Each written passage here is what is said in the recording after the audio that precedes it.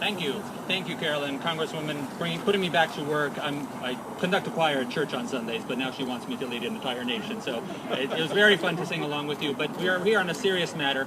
As the Congresswoman said, we are having a vote right now, at this moment, in the UN Security Council, a vote to put sanctions against Russia, a nation that has been acting in a rogue manner for the last several years. I don't know if everybody understands how important that is. Russia is a donor state, a holder state of the Nuclear Non-Proliferation Treaty, and it is acting in a manner that violates all known international treaties, including all the work that's been done in Europe for the past 70 years, the Helsinki Final Act, mutual agreements between Ukraine and Russia, agreements involving the transfer of nuclear arms. As the Congresswoman said, the third largest arsenal was willfully and without malice given by the people of Ukraine to be dismantled upon our independence.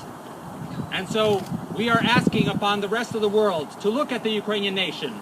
You can see us every day on internet feeds and the journalists who are there at the Maidan or trying to get into Crimea. You can see what kind of people we are. Peace-loving people. The kind of people who would give up their weapons. The kind of people who would not attack an army that has invaded our sovereign territory.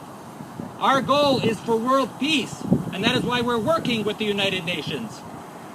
What kind of fascists are we that we don't know how to attack? I'll tell you what kind. We are peace-loving people. Our brothers, our Crimean Tatar brothers, who are standing here with us today. They are very worried about the tragedy that is about to befall them in Crimea.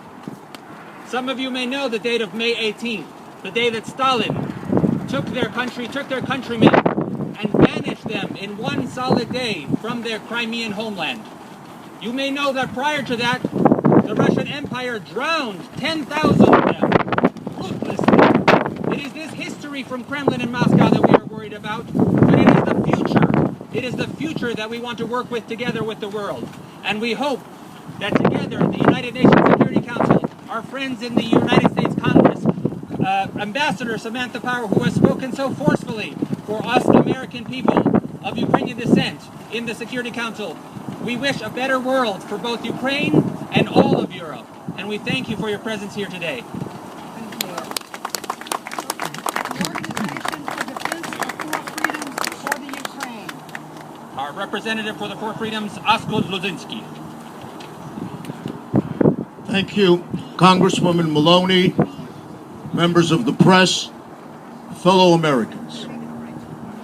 Given the fact that we are on the venue of Franklin Delano Roosevelt Park and his bust, I would like to make a few comments commemorating the significance of the four freedoms that he pronounced.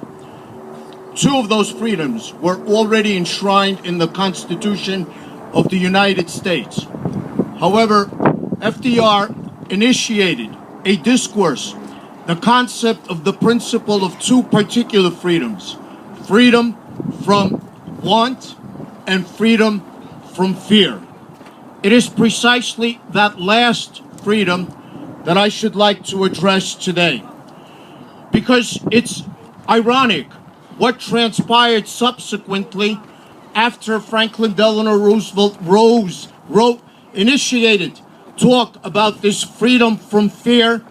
He went in 1945 already an ailing man. He went to Yalta, and Joseph Stalin essentially wrested all of Eastern Europe from the people who lived there. Unfortunately, the irony is so palpable here today, because while FDR was the champion of freedom from fear at Yalta, despite his insistence, his greatest and most important principles were abrogated.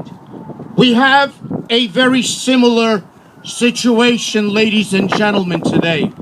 In the year 2008, Ukraine came on the doorstep of the Bucharest summit, where Ukraine was to receive a membership action plan as members of NATO. But at the same time, the Russians appeared, and the Russians told the Europeans that if you If you include Ukraine in NATO's membership, we will cut off your natural gas.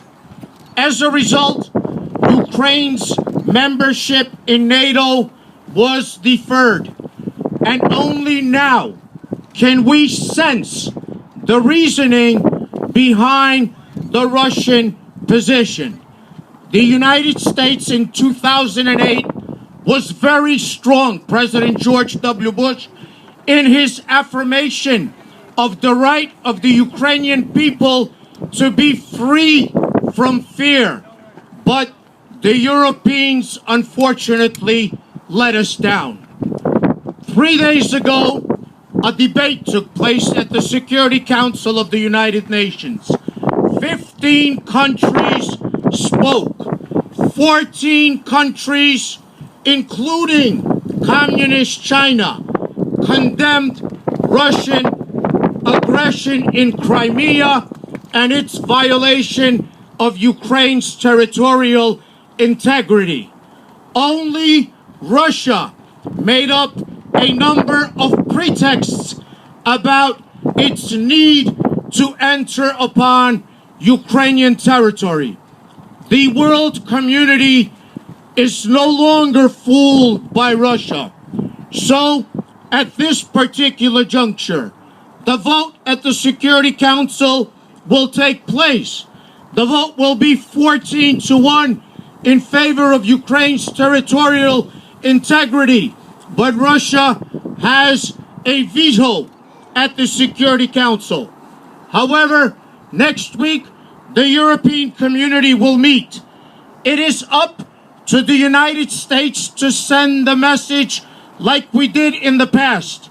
Tell the European community to include Ukraine in the European Union as an associate member and offer Ukraine finally an accelerated membership in NATO, the North Atlantic Treaty Organization.